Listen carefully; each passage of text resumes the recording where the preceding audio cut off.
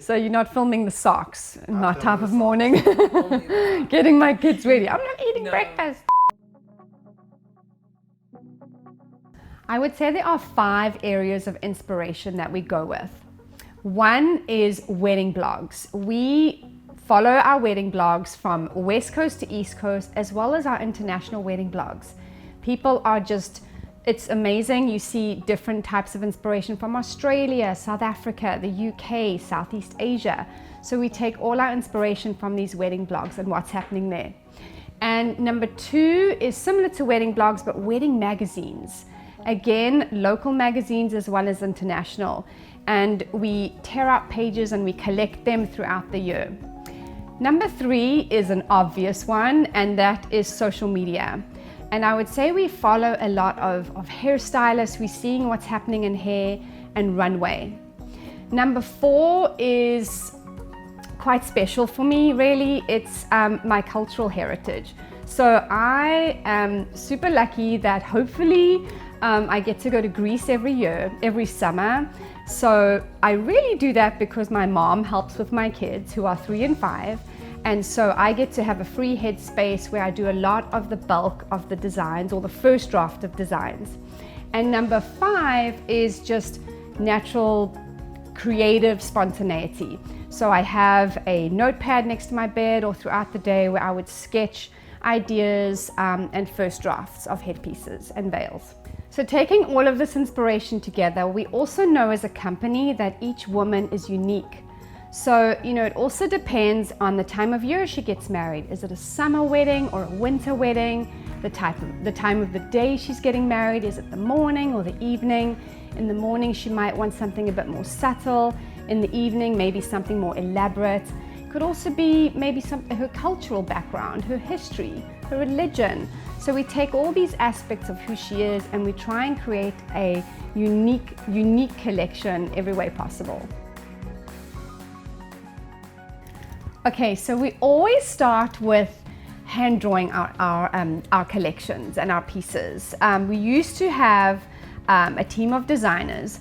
Now I've become a bit of a me monster and I like to design all the pieces. So along with a team of designers. So what we do is we hand draw pieces, that's our first draft.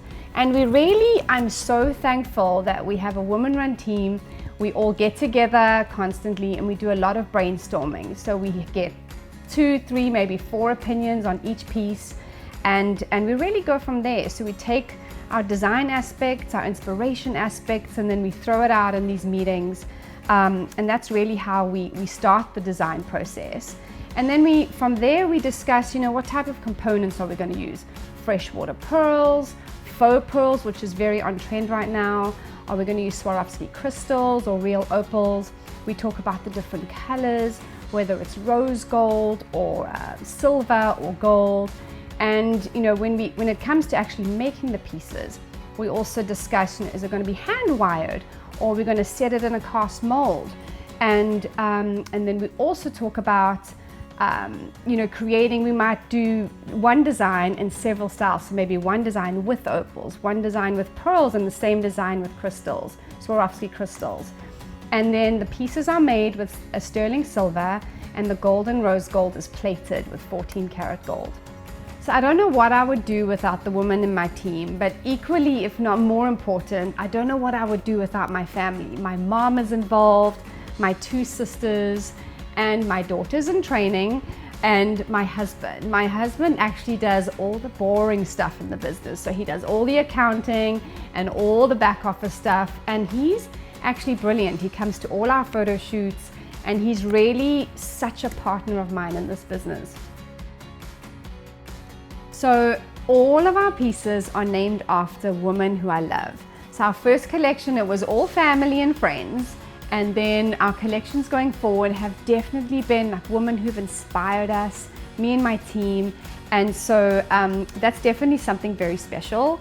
And one of our best-selling pieces, which is one of my favorites, is our Christina veil. It absolutely flies, and it's named after my youngest sister. And then our favorite, thank you, from one of my favorites from our new collection is our Eliana belt, which I designed myself, and it's named after my little niece who's now 5 months old. So that's very special. And our 2020 collection really is actually very trendy. I would call it a little boho chic. We use a lot of baguettes, a lot of faux pearls. So that's very much doing very well in this season. You know, we saw halos doing very well last year, and now we're seeing baguettes and even earrings that match the headpiece. That's doing very well now too. In the last couple of years, we're seeing a lot of layering with jewelry.